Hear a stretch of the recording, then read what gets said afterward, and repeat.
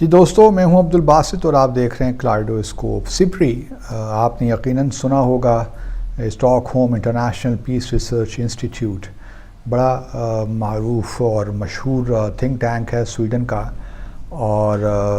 اس کا بنیادی فوکس ہوتا ہے arms control, disarmament, conflict resolution, defence expenditure and so on and so forth, stockpiles وغیرہ، both nuclear and conventional. تو یہ جو سپری ہے یہ ہر سال اپنی ایک ایئر بک نکالتا ہے اور اس میں یہ تمام ڈیٹیلز دی جاتی ہیں۔ 2022 کی ایئر بک اب آ گئی ہے، تو میں نے کہا کہ کچھ بنیادی تفصیلات ہیں وہ آپ کے ساتھ اگر میں شیئر کر لوں تو کچھ مذائقہ نہیں ہے۔ سب سے پہلے تو سپری کا یہ کہنا ہے کہ ایئر بک میں کہ اس وقت جو ایٹمی ہتھیار ہیں دنیا بھر میں، ان کی تعداد تقریباً 13,000 ہے، اور سب سے زیادہ جو نیوکلیر ویپنز ہیں وہ رشیا کے پاس ہیں، اور تقریباً اس کی تعداد جو ہے 6,000 ہے۔ اس کے بعد امریکہ آتا ہے، اور امریکہ کے پاس جو ہیں تقریباً آپ کہہ لیجئے کہ 5,500 کے قریب ایٹمی ہتھیار ہیں یا وار ہیڈز ہیں۔ اس کے بعد جو ہے چائنا کا نمبر آتا ہے، چائنا کے پاس 350، اور پھر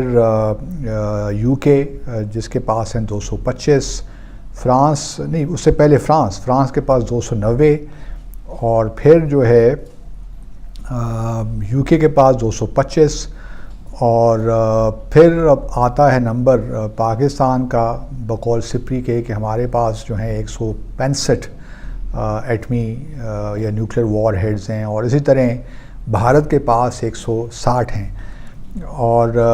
اسرائیل کے پاس 90، اور نارتھ کوریا کے پاس 20۔ یہ کوئی ان کے ایسٹیمیٹس ہی ہوتے ہیں، یہ نہیں ہوتا کہ گورنمنٹس ان کو بتاتی ہیں کہ یہ ہمارے پاس اتنے نیوکلیر ویپنز ہیں۔ یہ اپنا ایک ایسٹیمیٹ لگاتے ہیں، انہوں نے اپنی ایک میتھڈالوجی ڈیولپ کی ہوئی ہے سپری نے، اور اس کے مطابق یہ ایسٹیمیٹس لگاتے ہیں۔ بعض چیزیں پبلک ڈومین میں گورنمنٹ کر دیتی ہے، بعض نہیں کرتی، اس لیے یہ کوئی حتمی چیز نہیں ہے، یقینی چیز نہیں ہے، لیکن بہرحال ان کی جو ایئر بک ہے کافی کریڈیبل رہی ہے۔ بقول اس ایئر بک کے کہ پاکستان کا پچھلے سال بھی جو 2021 میں بھی یہی تعداد تھی، تو ہماری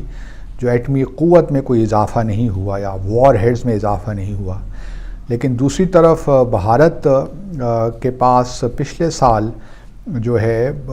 اگر 156 تھے تو ان کا 4 ہتھیار زیادہ ہوئے ہیں ان کے پاس، اور اس وقت ان کی تعداد 160 ہے۔ دوسری طرف اس رپورٹ میں یہ بھی کہا گیا ہے کہ دنیا اس وقت تقریباً $2 ٹریلین ڈیفنس پہ خرچ کر رہی ہے، تمام ملک ملا کے، اور اس میں جو سب سے بڑا شیئر ہے وہ امریکہ کا ہے، جو تقریباً 39% جو 2 ٹریلین کا ہے اس کا 39% یو ایس اپنے ڈیفنس پہ خرچ کرتا ہے۔ اس کے بعد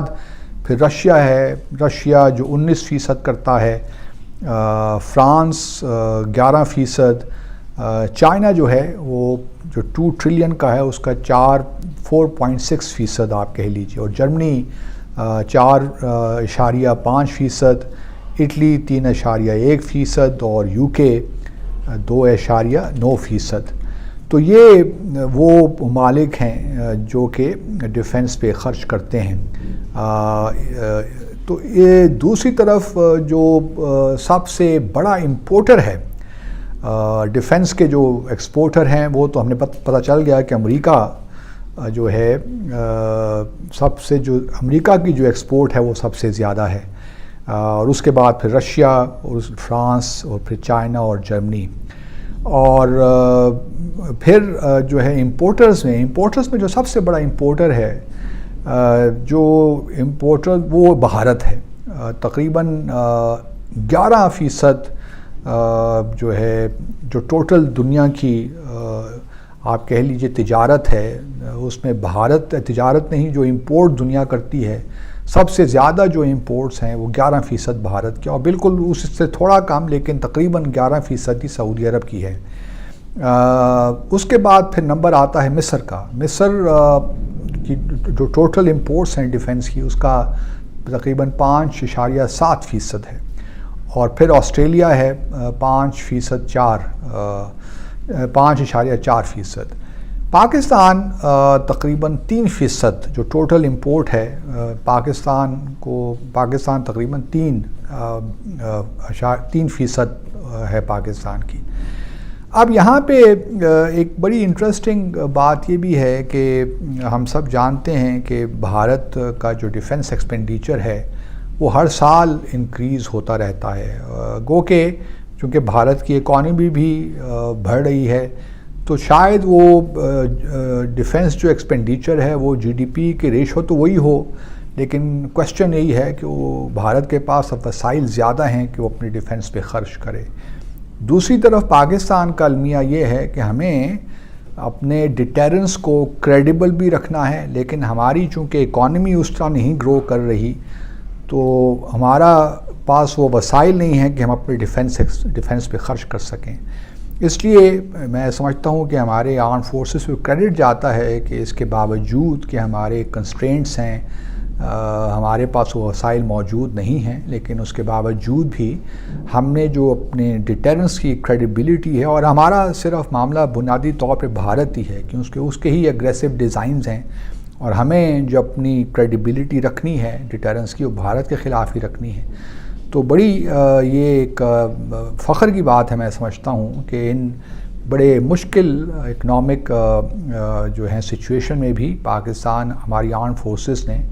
ہماری جو کریڈیبلٹی ہے ڈیٹرنس اس کو برقرار رکھا ہوا ہے. ابھی آج کی خبر ہے کہ جو بجٹ پیش کیا گیا تھا اس میں تقریباً 72 بلین روپے جو ڈیفنس کی دفاعی مد میں رکھے گئے تھے وہ اب کاٹ دیے گئے ہیں. اور یہ آئی ایم ایف کا پریشر تھا کہ یہ آپ اس کو ڈیفنس ایکسپینڈیچر کو کم کیجئے. حالانکہ ہمارا ڈیفنس ایکسپینڈیچر تو کم ہوتا ہی رہا ہے، اگر آپ دیکھیے بڑھا نہیں ہے. تو اس وجہ سے اب یہ مجبوریاں بھی آ گئی ہیں. تو لیکن اس پہ میں تو یہی سمجھتا ہوں کہ گورنمنٹ کو اس پہ سوچنا چاہیے. آئی ایم ایف کی ہر شرط تو ہم نہیں مان سکتے، اور خاص طور پہ جب معاملہ ہمارے دفاع کا ہو، ہماری ٹیریٹوریل انٹیگریٹی کا ہو، ہماری سوورنٹی کا ہو، تو اس میں آئی ایم ایف کی یہ شرط مجھے کوئی لاجک مطلب مجھے متاثر وہ اس میں یہ ہے کہ مجھے یہ لگتا ہے کہ شاید ہم بہت سیریس کمپرومائزز کر رہے ہیں اور یہ مناسب نہیں ہے. تو اس پہ حکومت کو ذرا غور کرنا چاہیے، اور نیگوسیشنز تھوڑے سے میں سمجھ سکتا ہوں حکومت کی مجبوریاں بھی، لیکن جب معاملہ دفاع کا ہو، اپنی خود مختاری کا ہو، تو پھر یہ 72 جو بلین روپیز آپ نے کاٹے ہیں یہ بڑے موجود اس سے تھوڑی سی میں I started worrying about it, کیونکہ یہ مناسب نہیں ہے. لیکن آئی ایم شیور کہ arm forces are step up I mean they're up to the challenge, and انشاءاللہ کوئی بھی اگر پاکستان کے خلاف